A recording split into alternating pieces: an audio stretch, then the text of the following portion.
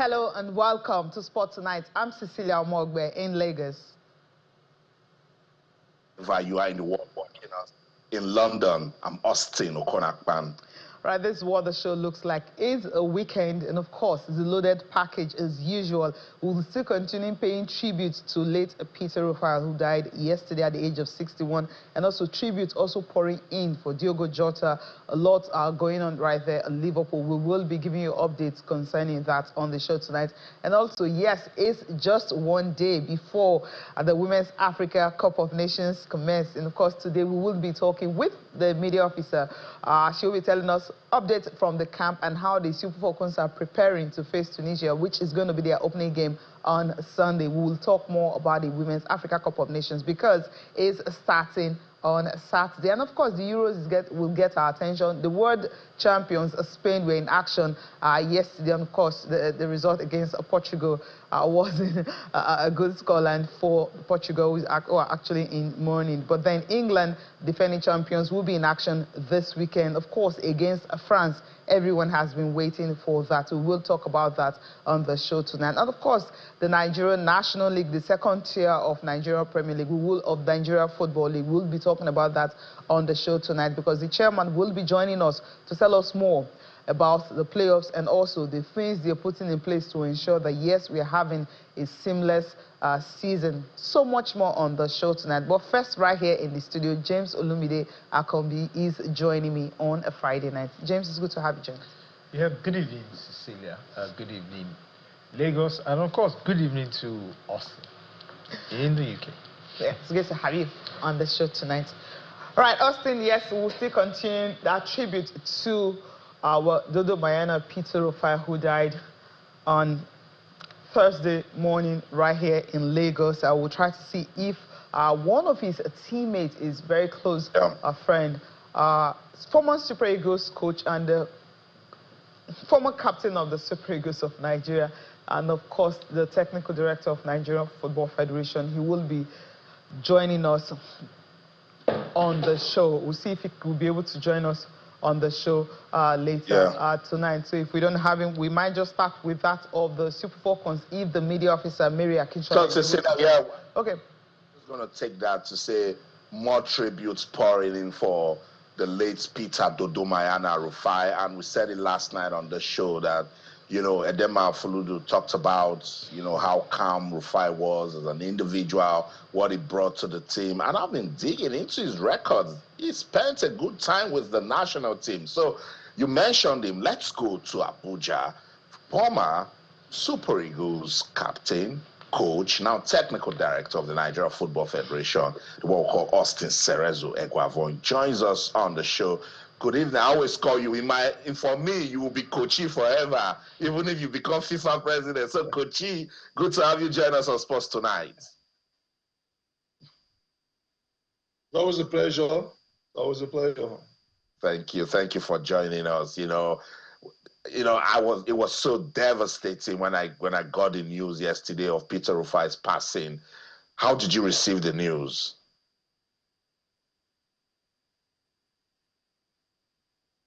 Hey, Austin, shocking, actually. I was driving on, I was on the highway back from office to the house, and when the news came, I'm not somebody who drives too fast, I drive about 80 or 100, and immediately I went down to 20 kilometers an hour.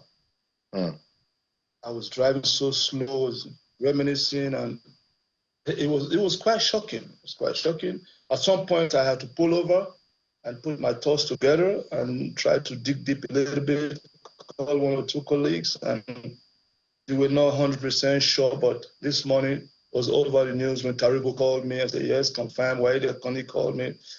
It was quite painful. I mean, devastating, honestly speaking. I know. Let's get into Peter Rufai as a footballer. Your teammates, what sort of guy was he?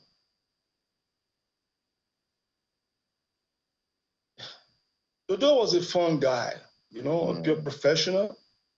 Knows when to call it quits. We're having fun, we're having fun. When it's time for the business, he also changes attitude towards business. And was an easygoing person, jokes a lot, and cool guy.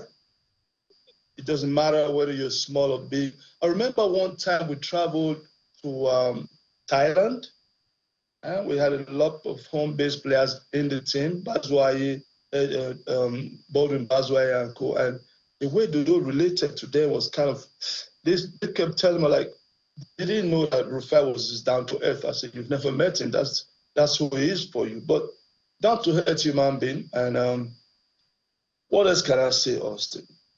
We were very close. Myself and Dodo were very close. And it's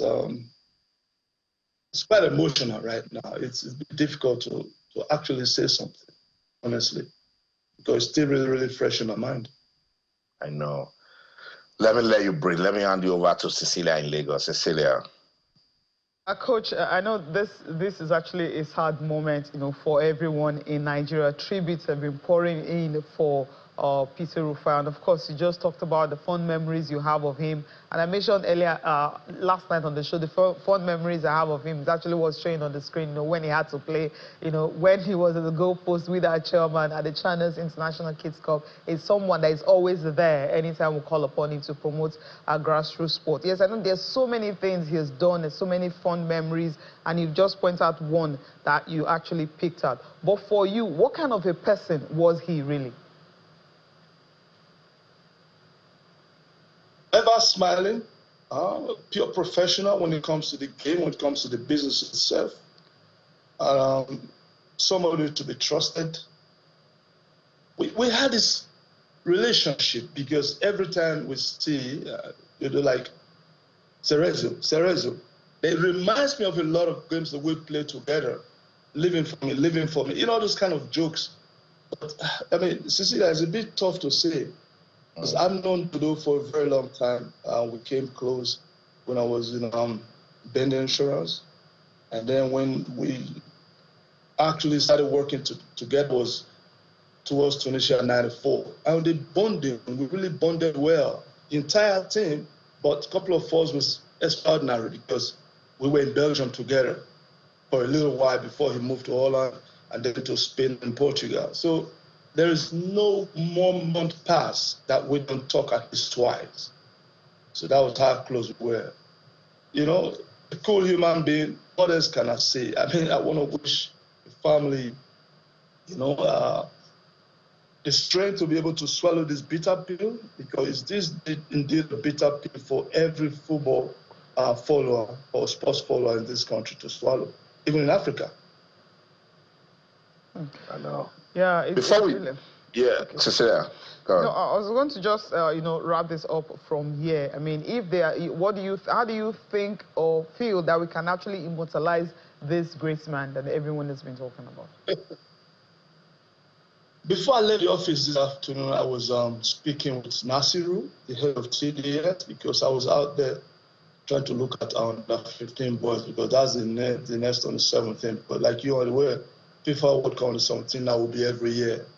And I was like, I just hope and pray that Dodo should deserve more than he's going to get. Because if he should be immortalized, because Dodo is quite an icon. What am I going to use to describe Dodo?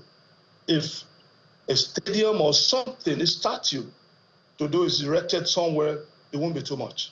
It will not be too much. I think Dodo is an icon. And from the information we got, it was quite ill. And if he has spoken out, and you need 100 million or 50 million, I don't think Nigerians will be silent on it. One or two persons will raise that money within a blink of an eye. But it's quite unfortunate what happened has happened. But Dodo should be immortalized. Big deal. I agree. The final one for me, and then I'll let you go. What were your last moments with Peter Rufai? When did you see him last? What did you talk about? I was on the phone, but when we came in contact was last year, because these Walk for Life, organized by Redeem. Yeah. Lagos, yeah, we're always there. Yeah, Dodo call on all of us, whoever has opportunity or has a chance to come back.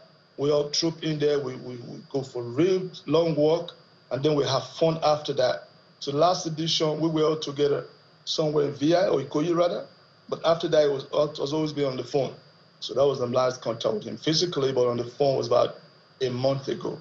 Yeah. Thank you so much, Cerezo, for your time. Always a delight. Please stay strong. Thank you. Thank you. So that's it. Former Super Eagles captain, player, coach, now technical director, Nigeria Football Federation, speaking to us. Let me pass it on to Olumide, right there in Lagos with Cecilia. Olumide, what do you remember of the legendary Peter Rufai? Yeah, he's a leader, I have to say. You look at the national team right now, you look at the goalkeepers we have, and I'm not trying to draw comparison, but you look at the way he marshaled, the way he organized the defense. There's this confidence that you see even in the players playing just right in front of him, knowing that there's someone who is assured at the back, just in case we make mistakes, he's going to be there to save the day. So there's this leadership or this leader's aura that you see from him. And not just when he was playing. I've been in close contact with him on some platforms, and I've seen him also exhume that same thing, that character trait. So I think it's something about his personality. Yeah, like Austin Eguavoen mentioned, is down to earth. Is someone who can come down to any level at which people are. There are people who are in that stature that he's having. We know he's an institution, definitely. So that legacy, you see some people struggle to really come to people who are not in that space level, but he's not that kind of man. He's able to manage things. Games that come to memory will be Tunisia 94, the game against Cote d'Ivoire, and of course in the final against Zambia. There's this save that he made, the way he just, the reflex is something I can't describe in words. But I think that the game against the Ivorians were the ones that really, he was the reason why we're able to scale through that. He showed some leadership quality even in that game. On that field of play. I mean, he's always a leader any day, any time. All right, let's go to Morocco now, precisely Casablanca, where the Super Falcons are preparing for Mission X. And of course, their first game is going to be on Sunday. The media officer, Mary Adeshola, will be joining us right about now to talk about preparations and, of course, updates from the camp. Mary, it's great to have you join us tonight. Hopefully we'll get Mary back. She's just trying to fix up some technical issues. But yes, we cannot wait for the WAFCON to get on, and then maybe we'll come and tell us how the Super Falcons are getting ready to execute Mission X. Cecilia, I like the vibes. Yes, we know they don't get the sort of attention and support that is needed to go ahead with this kind of mission, but hey, it is what it is. They are here now. There's a big mission ahead of them, and Olumide, they have no choice than to go out there and see if they can execute. Yeah, Mission X, I love the build-up to this tournament. I've seen a lot of different fractions, contributing their own quota to ensuring that the buzz is really big out there. And I've listened to the captain of the team also, Rasheedat Ajibade, not just promising Nigerians that the trophy is coming back to Nigeria, but describing the mood in camp, the unity, they are inspired to go out there and make a difference, bringing back the trophy. Everybody is on the same wavelength in terms of their mentality, their approach to the game. Everybody's bright, they are fit, they are ready, they can't wait for the games to start. So I mean, and like I said, the build-up, if you look at the build-up to this tournament, then, I mean, where else do you want to draw inspiration from? I think that's the best they can give to you. So you have to now do the business on the pitch. A build-up, all right? And of course, one of the build-up is the fact that CAF have actually increased the prize money of the winner by as much as, by 100%. And of course, the total prize money was increased by 45%. Now, the breakdown is really something that you will be interested in. Now, let's go. This is how it is now. Participating teams will receive, the winner will get how much? $1 million. That's it for the winner. The runner-up will get 500,000. The third place will get 350,000. And the fourth place is 300,000. And the quarterfinalists, that's the 4 teams, will get $200,000 each.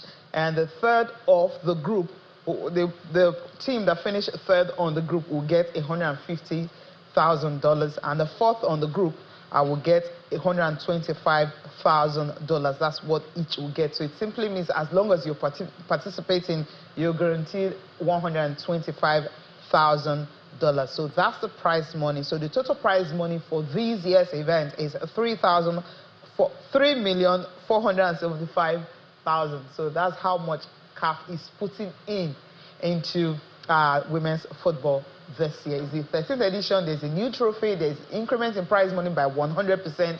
And of course, when you hear 100%, I'm sure Austin would have been thinking, is it $5 million that it is? But hey, last year, South Africa got 500,000 for winning the trophy. So 100%. Austin, yes, we know it's not enough, but yeah, the fact that is Cecilia. I mean, when I saw the headline, the prize money land so badly. But yeah, that's progress. I mean, do it by like 300%. What are you doing with $1 million? Yeah, I agree, but Cecilia, that's progress. You know, if you take a look at where women's football is coming from, the last 5 years, it's good progress. You know, there's proper branding for women's football. The CAF Women's Champions League has also done enough, you know, for club football in Africa, which translates into developmental football at the national team level. And then now we're seeing more visibility, more acceptance. The competition is getting wider, stronger. North Africa has joined it now. It's really dicey with West Africa. The Super Falcons dominance is gradually reducing. Now, Patrice Motsepe and his team, what they're looking at, okay, let's find a way to commercialize women's football. We love the crowd. At the last WAFCON, they can do something with this WAFCON, and then they've started. What have they done? They've done branding that will get you and I to talk about the competition. And then they've increased the prize money by 100%. Yes, you say it's not enough, but it's no longer 500K. It's now 1 million. And that's a good place to start. The trophy unveiling wasn't bad. And then when you have teams like South Africa doing so well with stability, you know, longevity, we talk about how long the Israelis have stayed with the team, with investment Morocco is giving to women's football, with the attention Zambia is giving to girl-child developmental programs through football. You come back to Nigeria, we've just launched Mission X, and we're so big on our talents going out there to get the job done. It's good for women's football development, Cecilia. You know, and the time will come, we'll look back and remember when this competition was just one-sided. I mean, we were playing the 13th edition. Out of the last 12 editions, the Super Falcons have 9. 9, you know. Cecilia, that's massive. And that just, you know, if people are not following the competition, it's like, you just, it's not interesting. It's watered down. If one team will have 9 out of 12 editions, you know. But we love the competition now. We love the conversations that, you know, come out of it before, you know, we actually compete. It's good for the growth of women's football in Africa. So, Cecilia, let's celebrate this win. Yeah, we just have to celebrate it, because if you take a look at how many countries actually have these numbers, it's only USA and China. China in Asia, and of course USA in CONCACAF are the only 2 teams that you know, can. Nigeria is tied on when it comes to winning continental title. I'm going to come to you here on the prize money. I'm going to stay on this for a while, because I mean, I remember, you know, when we were trying to break down AFCON, you know, last year, you know, we're trying to break it down. You know, the prize money, 7 million for the winner. So Cote d'Ivoire that won it went on with $7 million. The runner-up was $4 million. The semi-finalists with $2.5 million each, and of course, is a guarantee prize of of 500,000 as long as you get, into the group. And $500,000, I need to put in the dollars. And now you're looking at the women, the runner will get $500, and of course the winner will get $1 million. So you like a drop in the ocean of what the men are getting. I'm not trying to do the equal pay business here, but I just feel that it's that time where we need to at least, we're not looking for equal, at least close it a little bit. I mean, you can have 3 million for prize money. Maybe the next edition, which is next year, I'm sure maybe they will do that. But for now, the difference is the gap is just too wide. It is. It's so big. It is, and I must say that you also need to look at some factors. Okay. I don't think that the women football, I don't think it generates as much as money as the men, yes. The men. And that would be a factor, because when you are drawing these funds, where are you drawing it from? Because you have to look at partnerships, sponsors. So how do you bring in that? Because we always see the build-up of the men. I mean, we can start with what happened with the I'm trying to remember the Super Eagles slogan now. Let's do it again. Let's do it again. Yeah, I remember. You know how it started. It started so early. I mean, people knew that AFCON was coming. But hey, Mission X, what happened? A statement. So how do you attract sponsors where there are no activation, where there are no events, when they don't even see anything? And you're unveiling trophy, 3 days to when it's starting. Right. So, I mean, and then just last night, that's when they announced the prize money. So these are some of the factors. And Euro, I mean, we knew, as of last year, we're not even sure if we're going to play it.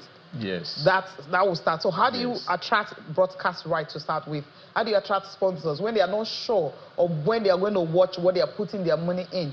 So you just started one of the solutions right there. You have to be consistent with your calendar. Because if you're a businessman and you want to put your money somewhere, you have to be sure of what is going on there. You don't want to be a part of something that is not well structured. So, and I think that speaks to CAF directly. Okay. Yeah, it speaks to them directly, because it has to start from the top and then go all the way down. Nations that want to participate, playing qualifiers, also know what is at stake. Okay, this is what these guys are doing. This is what is happening now. This is how it's going. Once it's structured properly, I think that people will come. And I think that also for participating teams, they need to do more. Like Austin established, you can't have 12 editions and one team is doing 9/12. Because we're Super Falcons of Nigeria. We need to go on a break. When we come back, we're going to be telling you the games that will be played this weekend, the fixtures, you will get that. And also talk about the game between Nigeria and Tunisia, what we should look out for, and the facts for you to know. And of course, the media officer should be able to join us at that time. Stay with us. All right, yes, we're still talking about the Super Falcons of Nigeria and, of course, Women's Africa Cup of Nations. From the prize money now, we'll go straight to the fixtures. The opening game will be between Morocco and Zambia. And after that, the next day, Nigeria and Tunisia will be in action. So that game, it's going to be about 4 p.m. Nigerian time. Okay, we'll just take a look at the fixtures, starting with a Saturday. That's Morocco and Zambia. Now, this is the one everyone will be looking forward to. We know the superstars that are here, and of course the host nation. Let me quickly ask you this now before we go run through the other fixtures. I mean, Morocco and Zambia. Very difficult game to call. Difficult call. Yeah, two teams that, or nations right now that when you look at their football is on the rise. So it's difficult to separate them. I think it was the Olympics qualifier where we saw the two of them go toe-to-toe, and Zambia was the better one. Came out in tops, So I'm sure Morocco is looking, they have records of that, and they'll be saying to themselves, we are the host, they are in our country, and then we'll teach them some good lessons. And it's the opening game, and it's in Rabat. Yeah, but if you ask me, it's too close to call. I can't separate these two. Okay. Let's take a look at other fixtures. Now we'll get straight, because just one match you have on Saturday, which is the opening game. Now for Sunday, Senegal is going to start the games for Sunday against DR Congo. Then Nigeria and Tunisia will be in action, and this will be our focus. Algeria and Botswana will complete the games for Sunday. Now this is a huge one. Okay, now Nigeria, Tunisia, yes, though. the last, it's not, this is going to be the second time between Nigeria and Tunisia. Remember, the only encounter was in 2008. That's the tournament we ended up not winning. It was a goalless draw in Group B. That was in Equatorial Guinea. You know, that's one. And this time around, we are meeting Tunisia again. I think it's one-way traffic. I don't think Tunisia is one team that should scare us. They shouldn't give us problem. We should look at them and maybe use them as sample size to send warnings to the rest of the teams that are going to be competing with us in here. I look at Tunisia is similar to Algeria, and we played Algeria a couple of months back, and that's the same football that you would get. You think they're at the same level? Yeah, I think they're at the same level. Okay, that's what you say, because I'm just going through Nigeria and North African side. Austin, in 1998, right, Nigeria beats Morocco 8-0. And then in 2004 and also 1998 against Algeria, it was 4-0. And of course, just mentioned, you know, late last year, when Nigeria meets Algeria over 2 legs, you know the scoreline of what happened. So against North African side, usually, how many times? It's been like about 7 times. It's the only time we kind of, is it a loss? Was the semi-final in 2022. It ended 1-1 after regulation time, and Morocco went on to win on penalties. No, you know, Cecilia, we talked about Morocco and what they've invested in women's football. We haven't done that in the last 10 years as Nigeria, you know. So they are putting their money where their mouth is, and they're investing in infrastructure, in talent discovery and development, and it's translating on the pitch, you know, for them. So let's see what's going to be this time around. I know we've been longing to know what's going on with the girls in camp. Is Mission X possible? Mary Akinshola is back with us. Mary, good evening. Welcome to Sports Tonight. Good evening, Austin. Thank you so much for having me on the show tonight. Awesome. Mission X. How are the Super Falcons getting ready to execute that mission? Is it possible? I think we blatantly can't go out to say it's possible. Anything is possible. It's life. But of course, one thing I can assure everyone is that the girls are ready. They're ready to put in their all and their best to make sure that Mission X is a success. Fantastic. What bit of news do you want to give to us? What's popping? Who is limping? Who picked up a knock? Who is ready to run? Okay, no one is limping. No one has picked up a knock. Everyone is in top shape. Everyone is excited. Everyone is just ready to go out there, you know, on Sunday against Tunisia and give their best at the moment. That's one thing I can tell everyone for sure. Fantastic. Cecilia is in Lagos. Yeah, I know the mood in the camp, because from your excitement, it's actually infectious. Because at first we thought, okay, I mean, there's no fanfare. You know, usually, we know now, women's football, fanfare before tournaments, there's just the buzz, the creates the buzz, you know, the send forth, the hype, everything, dinners from, you know, maybe Lagos, the States and everything. But we didn't see that. But looking at you and your smiles and everything, I think I'm feeling that buzz from you. But we know, anytime we're facing North African sides, I'm just looking at the stats now. We scored about 25 goals against them. We conceded just 1, and that was, of course, against Morocco, which was in 2022 that we finished 4th. I mean, going from that, I know in between we attended the World Cup and also the Olympics, but this is the Nations Cup that we are going back to. And of course, our performance at the Olympics wasn't really so cool. But for the girls right now, you talked about the energy in camp is actually cool. For you, what are the things you think we can actually do? Because this Mission X, I mean, we started it, we know that, yes, it's possible for us to actually win this. Are there things you feel that are missing that we can put in place, you know, before game starts on Sunday? And then have we really seen, maybe watching the Tunisians, seeing their videos and how the girls actually, you know, prep for this opening game? I'd say, like, on a personal note, the girls are currently giving everything they have. to prepare for this one. They're not taking this as let's look at the antecedent of who those teams are. They're basically treating this as the first game of a journey that's going to probably be one of the most important in their lifetimes. And that's how they're currently treating this particular game. That's how they're currently treating this particular tournament. They're giving everything they have to it, turn up trainings and all of that, just tuning the whole thing up. And we've also got like an amazing squad, just like you mentioned earlier. We've got some really great tune-up games before this one.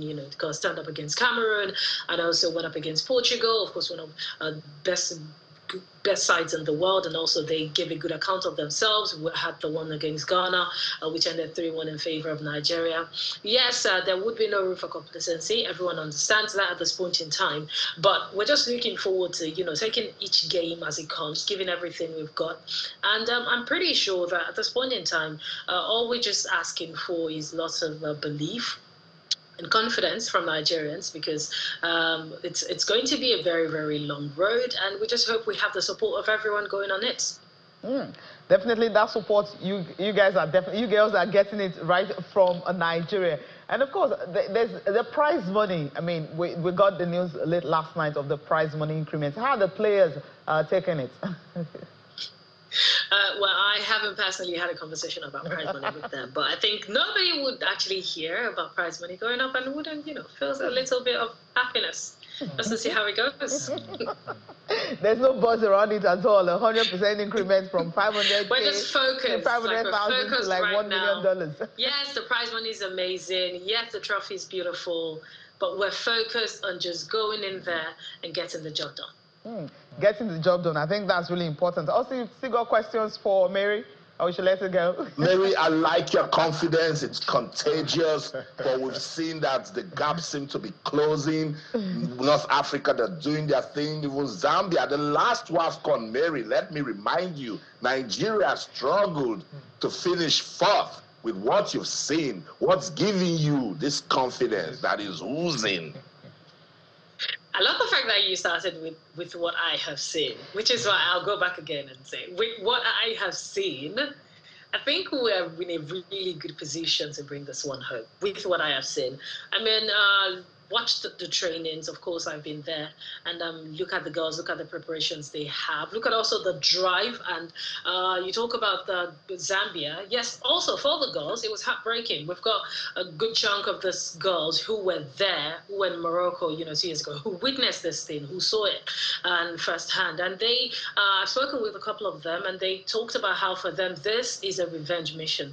They understand what they went through back then, and that they want to just make sure that they close the gap this time. And also we've got about 11 debutants who are just ready and hungry to show Nigeria what they have to offer. I think it's going to be interesting when we get out there, because Nigerians are really going to look at this team, and they'll love what they see. I'll tell you that. We'll hold on to that and say, Mary said we should, keep the faith. Yep. I must say thank you so much for your time on the show. I hope we will be engaging you all through the tournament. Mary, get ready.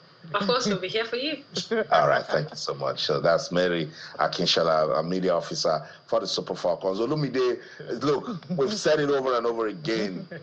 If it's about talent, Nigeria, we've got it. But now football is beginning to show that you need to get other things right for you to dominate.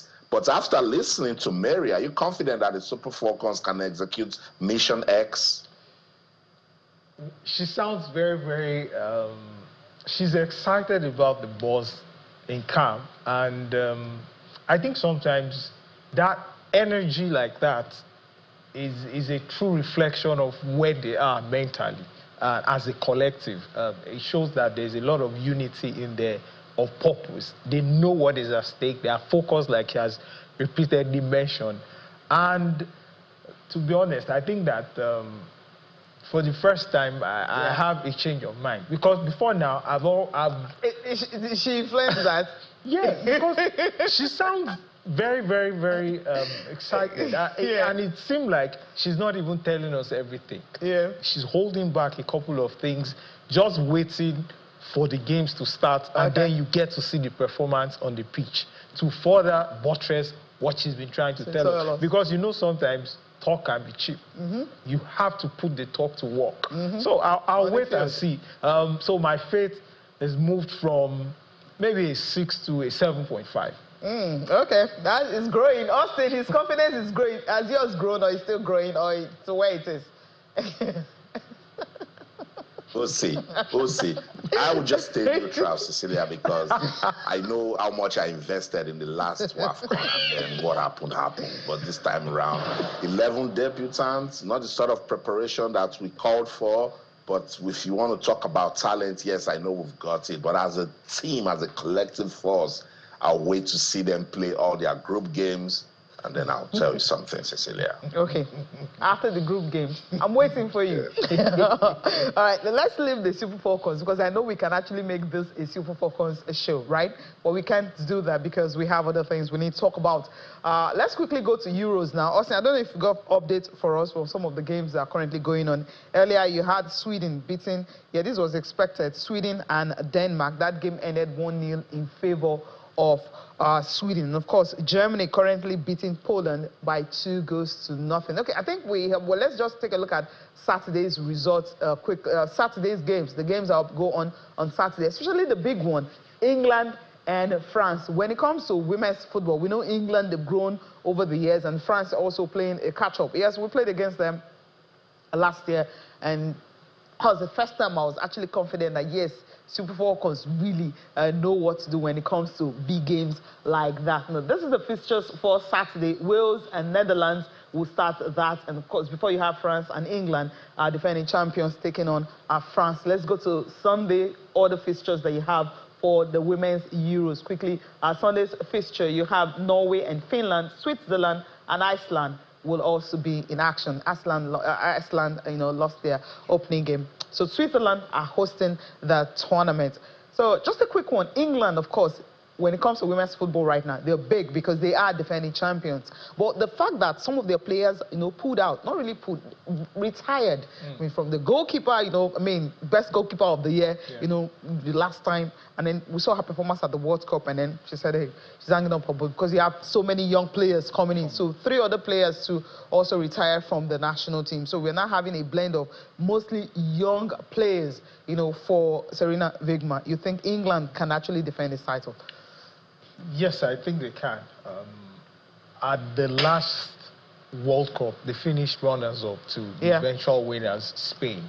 And sometimes these older players, in quotes, the reason why they retire is because they look at the team and look at the players coming through, and they trust them to be able to do a good job. Now, let's not also forget that they've also invested heavily in their football. Their football has grown a lot, and a lot of talents coming through the ranks. And you look at the manager they have in Wigman.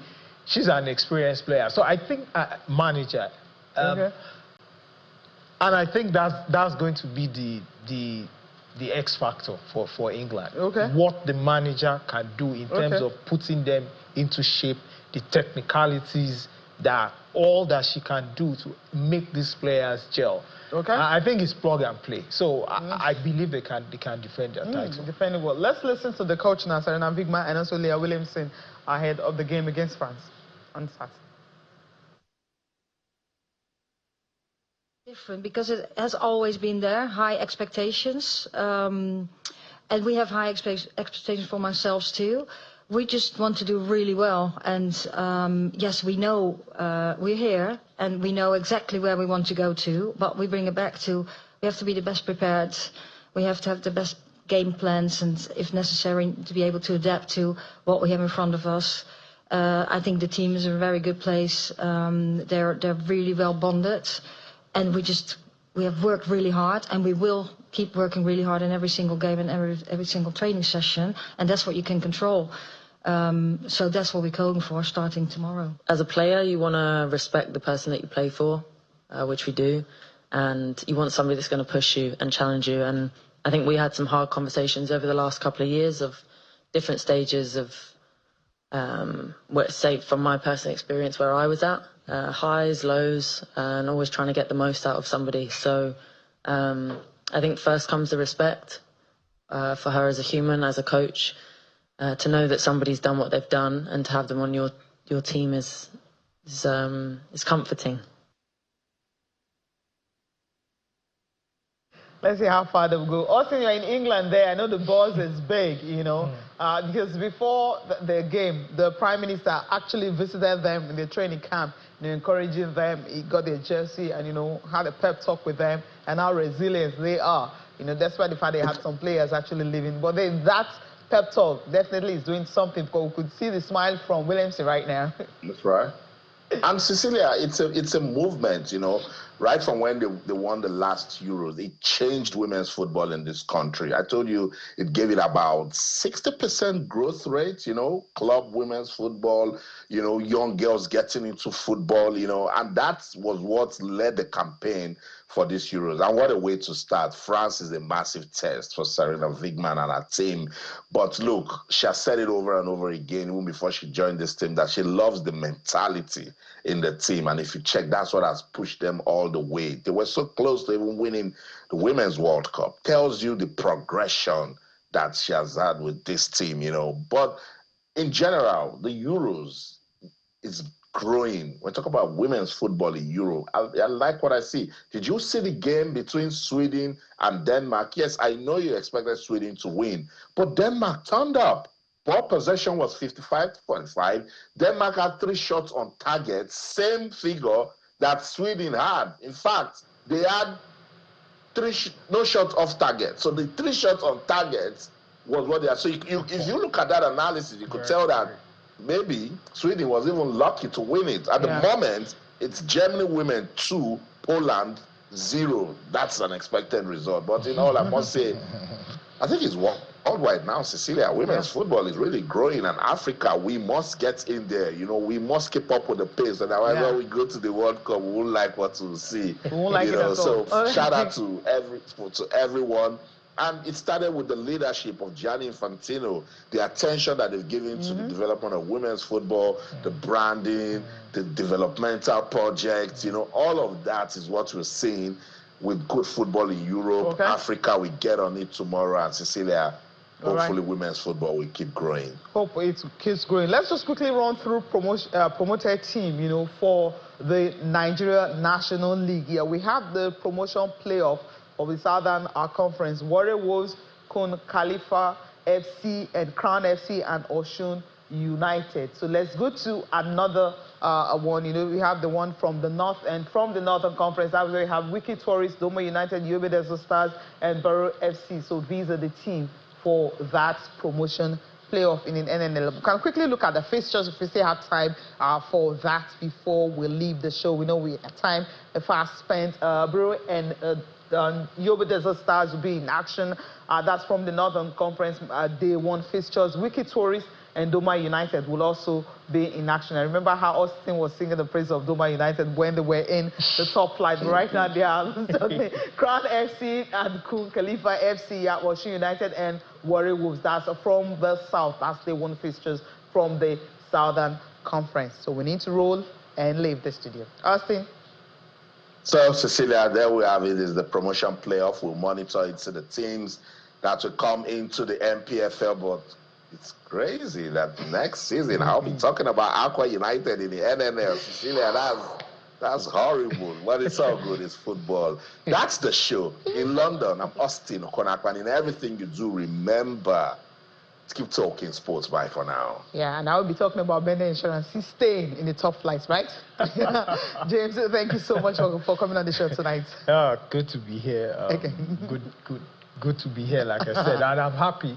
Remo Stars are on top. That's my team. I know. All right. Thank you so much for watching. I'm Cecilia Mogbe. Have a fantastic weekend.